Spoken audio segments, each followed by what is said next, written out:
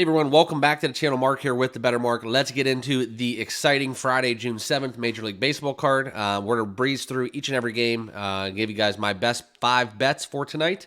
No money line parlay of the day. Going to keep it short and sweet, kind of keep this momentum going, capitalize off of yesterday's run.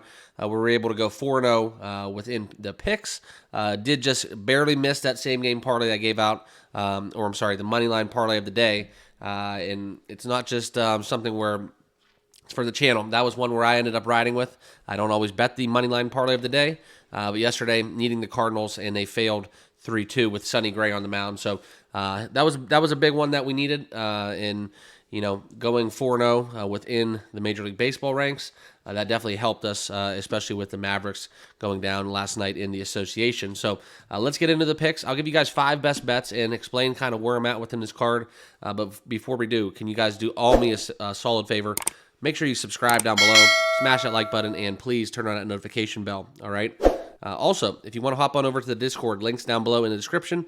We have a lot of people over there talking sports every single day, sharing picks, bets, all that good stuff, wins, losses, tragedies, home runs, everything like that. It is really starting to be a good community when we get into live action, live play. So appreciate you guys. Let's get into the picks, though. All right, so I'm going to pull up the odds jam in the first game out on the card. We have the Brewers and Tigers. I'm going to kind of just breeze through a lot of these games. Like I said, I have 5 different games that we'll place in. Okay, Joe Ryan, Mitch Keller.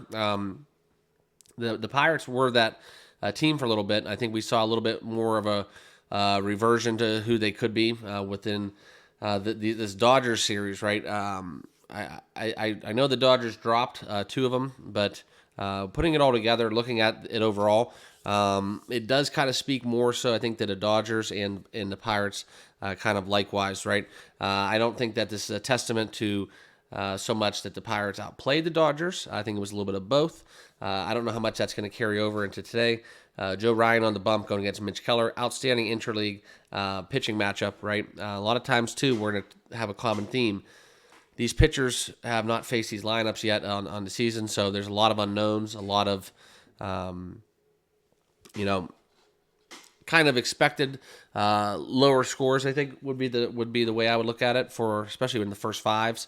You get into some of these starters that have great, outstanding plus stuff, plus off speed, great command, and they're going against the first, second, third time through a lineup that they've never seen. So that's kind of where I'm at.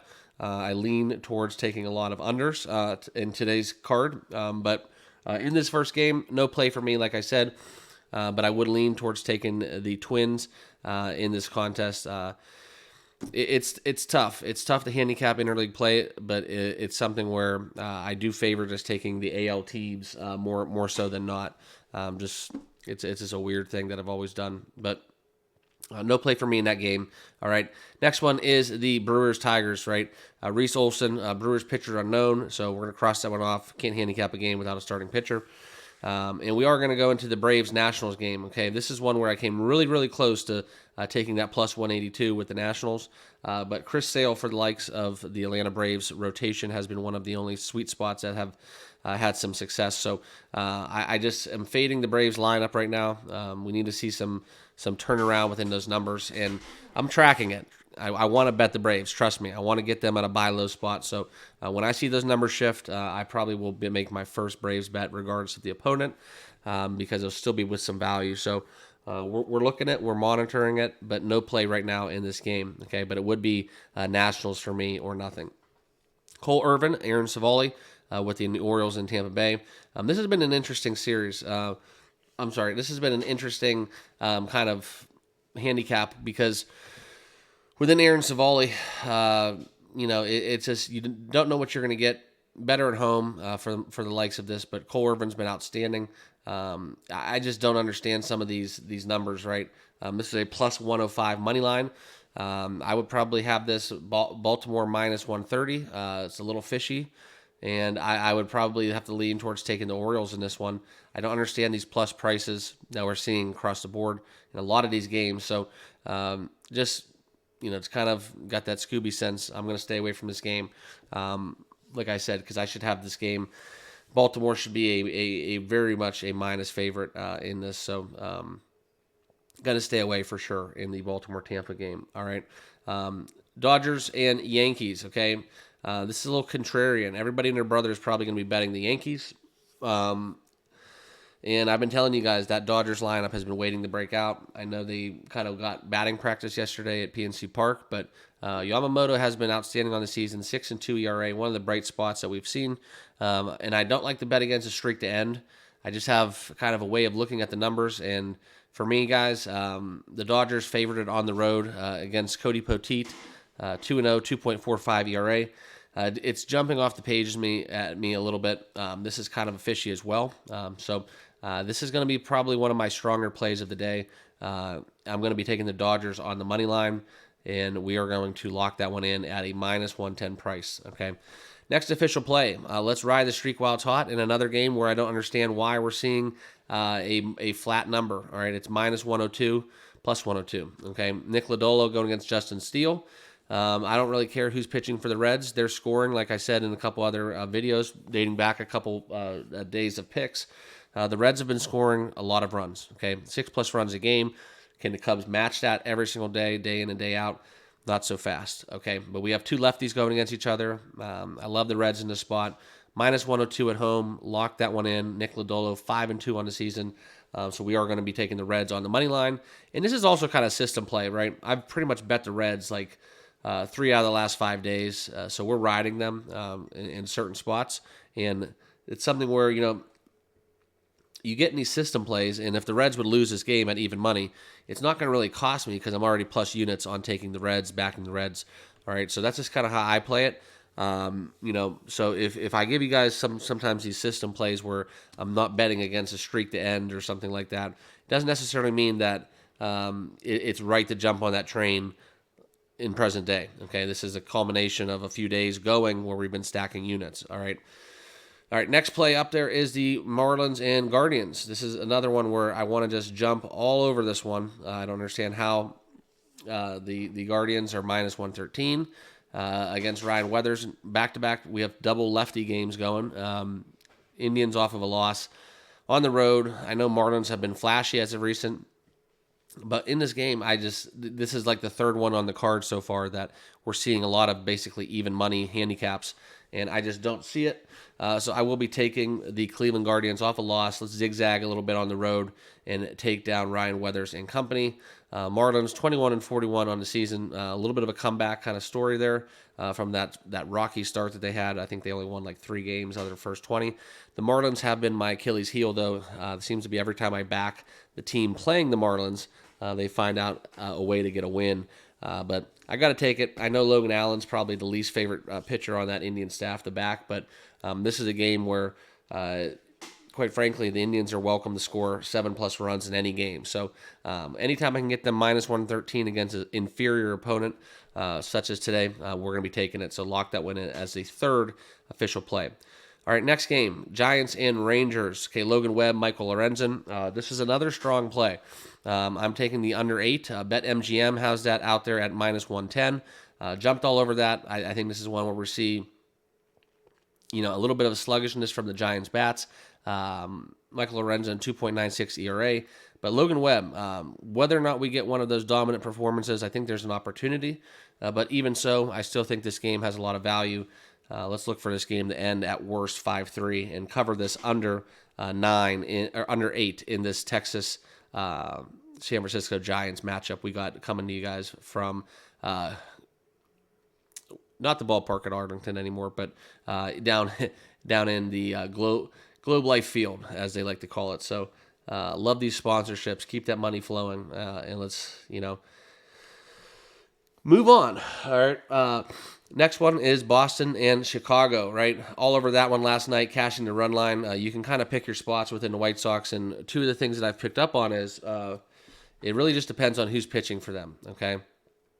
And that's just a simple way to put it. If Garrett Crochet's pitching, you could probably lend the other way, as well as I can't remember the other starter that they have, but nonetheless, it's something where I look for the Boston Red Sox to score a lot of runs, but I'm not willing to back them against Crochet. It's just kind of been something I've been picking up on.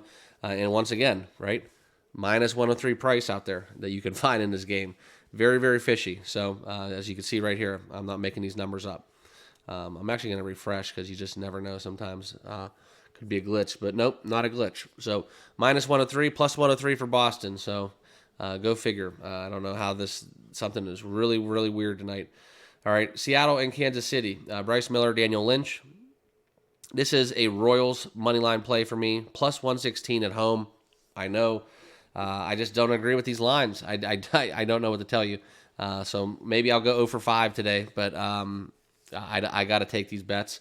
They're drawing me in. It could be completely an ass backwards handicap, and I apologize, but I can't do this time and time again and just turn off all these. I can't turn down all of them, right? They're all kind of jumping off the page as fishy, so we have to take the ones that I think are the best plays, and we're going to do that. So just no really simple way to put it. We're betting against the Mariners here in this spot.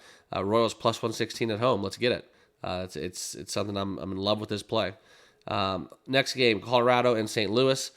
First one that kind of makes sense. Lance Lynn, but it's too juicy right now. Going against Austin Gomber. We have Lance Lynn off a Cardinals performance where they kind of dropped the ball at home, losing back-to-back to the Rockies, but minus 175 Lance Lynn. You could try putting down your parlay again if you want to do a money line parlay, but that's not going to be a game I'm betting, so staying away from that one. All right, next game on the card, Astros Angels. Okay, this is something where we talk about this one a little bit further. We have Framber Valdez going against Griffin Canning. The Astros, look at their road splits. When they're on the road, their record on the road, it's not something that's attractive, so I'm going to stay away from this game as well. If anything, I do like a little sprinkle on the Angels at a plus 1.5 or even plus 163 on the money line. But I'm an Astros better, and I like how the way they're swinging the bats, but I'm staying away from this game on the road just because of how the betting splits work with road versus home for the Astros. It's kind of really a glaring statistic how much better they are at home. All right, and then the last two games on the card, we have the D-backs Padres. Brandon Pfaadt going against Michael King. Personally, this is absolutely, I don't know what to do with this game. Always back, kind of the likes of Brandon Pfaadt. The Padres, they've been kind of struggling a little bit, churning water, if you will. They have everything going on, but they just can't put it all together and keep it going together, right?